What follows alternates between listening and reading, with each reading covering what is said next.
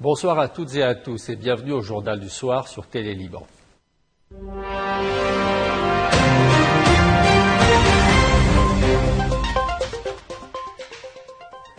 La première phase des élections municipales est terminée.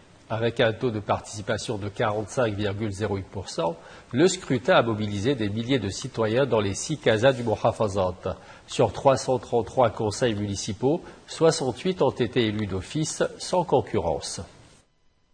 Lundi matin, le Muhafiz du Mont-Liban, Mohamed Makawi, s'est rendu au ministère de l'Intérieur pour y déposer officiellement les résultats.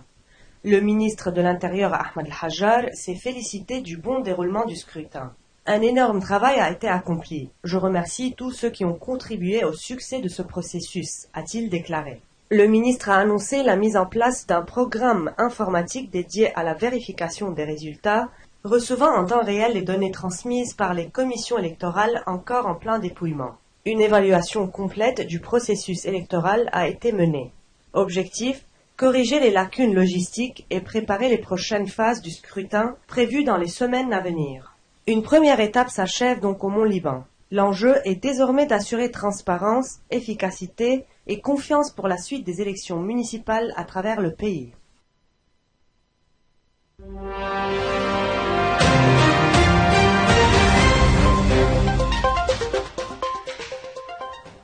Israël franchit une nouvelle étape dans sa guerre contre le Hamas. Le cabinet sécuritaire a approuvé un plan prévoyant la conquête de la bande de Gaza. Réuni dans la nuit de dimanche à lundi, le cabinet politico-sécuritaire israélien a validé à l'unanimité l'expansion de l'offensive militaire avec pour objectif affiché vaincre le Hamas et garantir le retour des otages encore détenus dans l'enclave palestinienne. Le plan prévoit des frappes massives et la prise de contrôle de territoires dans la bande de Gaza, théâtre de plus de 19 mois de guerre. Le Premier ministre Benjamin Netanyahou, à la tête de l'un des gouvernements les plus à droite de l'histoire d'Israël, a réaffirmé son soutien au plan Trump, un projet controversé visant à permettre le déplacement volontaire des Palestiniens vers d'autres pays, comme l'Égypte ou la Jordanie. Ces derniers rejettent fermement cette idée. Côté humanitaire, Israël affirme que distribution pourrait être autorisée en cas de besoin. Pourtant, selon les ONG, la situation est catastrophique. Le programme alimentaire mondial a épuisé tous ses stocks et les Gazaouis vivent dans une urgence absolue. Depuis le 2 mars, la bande de Gaza subit un blocus total, Israël accusant le Hamas de détourner l'aide. L'ONU et les humanitaires alertent, le territoire est au bord de la famine. Toujours à Gaza, la spirale de la violence continue. La défense civile a annoncé la mort d'au moins 19 personnes dans de nouvelles frappes israéliennes. Selon Mahmoud Bassal, porte-parole des secours locaux, 15 morts et 10 blessés ont été recensés dans une frappe visant 3 appartements au nord-ouest de la ville de Gaza. La plupart des victimes seraient des femmes et des enfants. À Beth Lahia, plus au nord, une autre frappe a fait 4 morts supplémentaires et 4 blessés, toujours selon les autorités locales. Israël a repris ses opérations militaires le 18 mars dernier, mettant fin à une trêve de 2 mois avec le Hamas, dans un conflit ravivé par l'attaque sans précédent du 7 octobre, qui a coûté la vie à 1218 personnes côté israélien, majoritairement des civils. Depuis cette date, 58 otages restent détenus à Gaza selon l'armée israélienne, dont 34 seraient morts. Le Hamas détient également les corps d'un soldat israélien tombé en 2014. Le blocus total imposé par Israël depuis le 2 mars empêche toute aide humanitaire d'entrer dans l'enclave. L'ONU alerte, la famine menace plus de 2 millions de personnes, sans réponse concrète jusqu'à présent. D'après le ministère de la Santé du Hamas, plus de 52 000 morts ont été recensés dans la bande de Gaza depuis le début des représailles, un chiffre que l'ONU juge crédible, un bilan tragique dans une guerre qui semble, jour après jour, s'enliser. L'Iran, quant à elle, a démenti toute implication après l'attaque de missiles revendiquée par les rebelles houthis contre l'aéroport Ben Gourion en Israël. Dimanche, un missile tiré depuis le Yémen a brièvement paralysé le principal aéroport international de Tel Aviv, blessant 6 personnes. Une attaque revendiquée par les Houthis au nom de leur soutien à Gaza. Téhéran a formellement nié toute implication de cette opération. Le ministère des Affaires étrangères affirme que les actions des Houthis est une décision indépendante menée en solidarité avec les Palestiniens. Mais pour le Premier ministre israélien Benjamin Netanyahu, il ne fait aucun doute, l'Iran est responsable. Israël répondra en temps voulu à leur maître terroriste iranien, a-t-il promis sur les réseaux sociaux.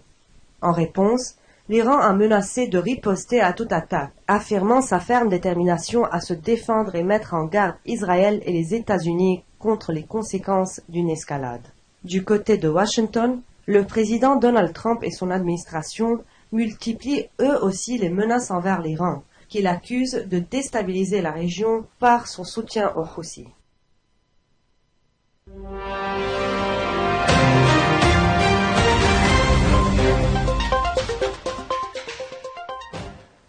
À Rome, cette fois, l'Église catholique s'apprête à tourner une page historique. Ce mercredi, 133 cardinaux du monde entier se réuniront à huis clos dans la chapelle Sixtine pour élire le successeur du pape François, décédé le 21 avril à l'âge de 88 ans. Un pape populaire, réformateur, mais parfois contesté, qui aura marqué 12 années de pontificat. Parmi les favoris des figures européennes comme Pietro Parolin ou Jean-Marc Aveline, mais aussi des voix venues du Sud, des Philippines à l'Afrique, reflétant la diversité inédite du collège électoral. Près de 70 pays sont représentés, un record. Dès mercredi 16h30, les cardinaux voteront 4 fois par jour jusqu'à l'apparition tant attendue de la fumée blanche, signe de l'élection du 260e pape. Il devra rassembler, réformer et répondre à de nombreux défis. Rôle des femmes, crise des vocations ou encore la place de l'Église face au monde moderne. Suivi par 5000 journalistes, le conclave passionne bien au-delà des cercles religieux. Le monde entier aura les yeux rivés sur cette cheminée de la chapelle Sixtine, guettant le signal d'un nouveau départ pour l'Église. Nouvelle montée de tension entre l'Inde et le Pakistan. Islamabad a procédé à un second tir de missile en moins de 48 heures, alors que l'Iran s'invite dans la crise en proposant une médiation. Ce lundi, l'armée pakistanaise a annoncé le test réussi du missile sol-sol Fatah d'une portée de 120 km, destiné à valider un système de navigation de précision. Samedi, un premier tir avait été effectué avec un missile de 450 km de portée. Le Premier ministre Shehbaz Sharif se veut rassurant. La défense du Pakistan est entre de bonnes mains, a-t-il affirmé. Pourtant, Islamabad craint une frappe indienne imminente après que New Delhi a promis une riposte militaire à l'attentat du 22 avril à Pahalgam qui a coûté la vie à 26 civils. Dans ce contexte explosif, l'Iran entre en jeu. Le chef de la diplomatie iranienne, Abbas Araghchi, est arrivé à Islamabad pour proposer une médiation avant une visite prévue à New Delhi jeudi. Depuis la partition de 1947, l'Inde et le Pakistan se disputent le Cachemire où vivent aujourd'hui 15 millions de personnes. Le souvenir du raid aérien de 2019 plane encore sur les esprits. Cette fois, la riposte pourrait bien être pire, avertit le ministre pakistanais de l'information. Face à la menace, les autorités ont fermé 1100 écoles coraniques au Cachemire pakistanais. Dans les écoles publiques, on dispense déjà des formations aux premiers secours. Entre missiles, menaces croisées et efforts diplomatiques, la région est sous haute tension. Une nouvelle escalade militaire semble désormais suspendue à la réussite ou non de la médiation iranienne. Faire de l'Europe une terre d'innovation et de savoir, c'est l'ambition affirmée par la présidente de la Commission européenne. Science is an investment.